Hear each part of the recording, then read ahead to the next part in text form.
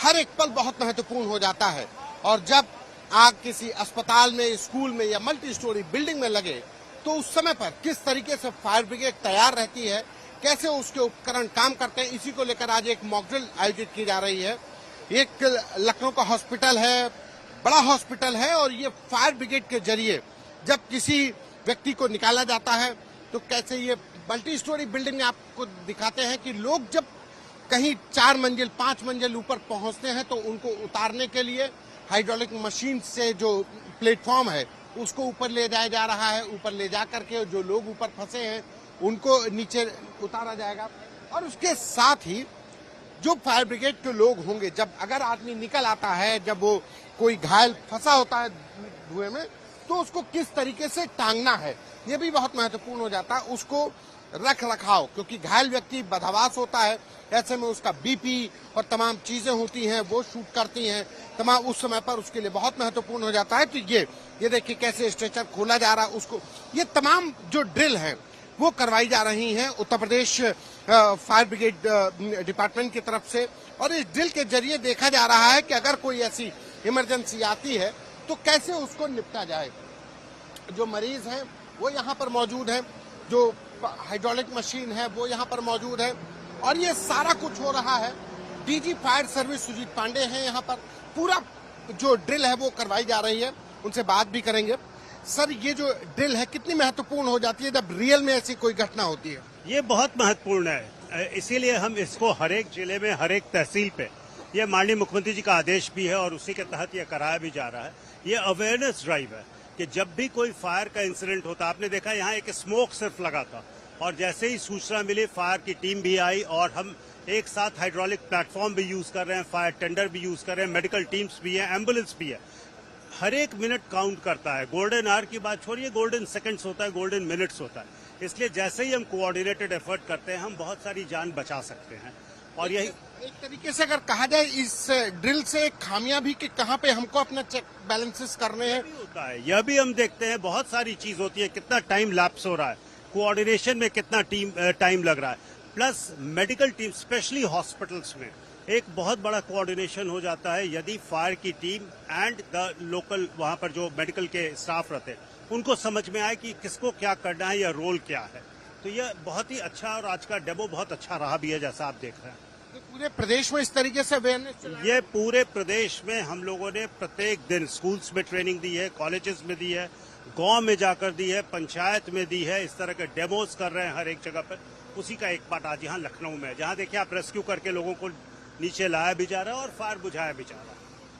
तो ये लोगों को रेस्क्यू करके लाया जा रहा है। ये प्लेटफॉर्म जो मल्टी स्टोरी बिल्डिंग्स हैं, जब लोग फंस जाते हैं तो उनको लाया जाता है। और इसके बाद अगर हम दिखाते हैं जो गाड़ियां हैं, जो उत्तर प्रदेश फायर डिपार्टमेंट के पास गाड़ियां हैं वो कितनी महत्वपूर्ण हो जाती हैं, वो भी जानना आपके लिए बेहद जरूरी है। ये नॉर्मल गाड़ी नहीं है। अब इस गाड़ी के बारे में दिखाते हैं। ये रिमोट फायर ब्रिगेड है। एक तरीके से अगर इसको चला सके तो ये कैसे काम करती है, क्या है, ये भी आपको दिखाते हैं कि अगर कहीं पर धुआं होता है या कैसे होता है, वो भी इनसे जानेंगे भी, ये ऑपरेट भी करेंगे। ये क्या गाड़ी है, कैसे ऑपरेट करती है? सर, ये फायर सर्विस रोबोट है।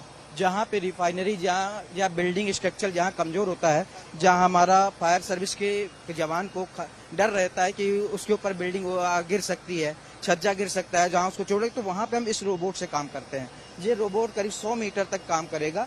ये हमारा फॉग जेट सब बनाता है। अगर ये खुद आग में गिर रहा है तो इसमें स्प्रिंकलर लगा हुआ है, ये अपनी कूलिंग स्वयं कर लेता है सर। हाँ, खुद भी बचाता है वहाँ पे फायर अगर लगे। सर, स्प्रिंकलर लगे हुए हैं, स्प्रिंकलर ये पानी फेंकता है और ये इसको अपनी रबड़ को बचा लेता है, जिससे इसको नुकसान नहीं होता है सर।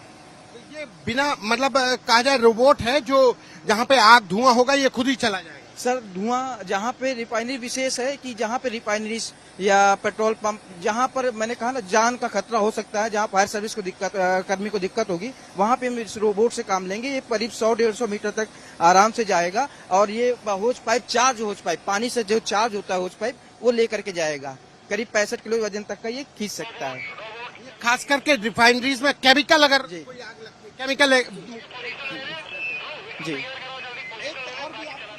ये जो गाड़ी है ये कितनी महत्वपूर्ण है? जो गाड़ी है जैसे कि ये है अब देखिए दूसरी गाड़ी है, ये हाइड्रोलिक का जो प्लेटफॉर्म था वो तो था ही, ये एक दूसरी गाड़ी है, इसको नाम दिया गया है articulated water tower. Articulated water tower, इस गाड़ी की विशेषता ये है कि ये फायर ब्रिगेड तो है ही, लेकिन जब ऊंचाई पे पानी को पहुंचाना है, ऊंचाई पर पानी को पहुंचाना है तो इस जैक के जरिए पानी का पाइप तो पहुंचता ही है, लेकिन उस ऊंचाई पे कहां आग लगी है, कैसे आग लगी है, किस तरीके से आग लगी है, इसको देखने के लिए बाकायदा ये एक स्क्रीन भी लगाई गई है। ऊपर टॉप पर एक कैमरा लगा है और वो ये बताता है इस स्क्रीन के जरिए कि ऊपर किस तरीके की आग लगी है, कितने लोग फंसे हैं, कहां फंसे हैं। तो एक कैमरे के जरिए पूरा ऑपरेशन किया जाता है, पूरा जब रेस्क्यू ऑपरेशन है वो किया जाता है। तो ये तमाम ऐसी मल्टी स्टोरीज बिल्डिंग, चाहे वो हॉस्पिटल हो, चाहे कॉलेजेस हो, या कोई भी ऐसी सरकारी दफ्तर, प्राइवेट जो दफ्तर होते हैं, उन तमाम जगहों पर ये जो फायर ब्रिगेड का जो ड्रिल है वो करवाया जा रहा है।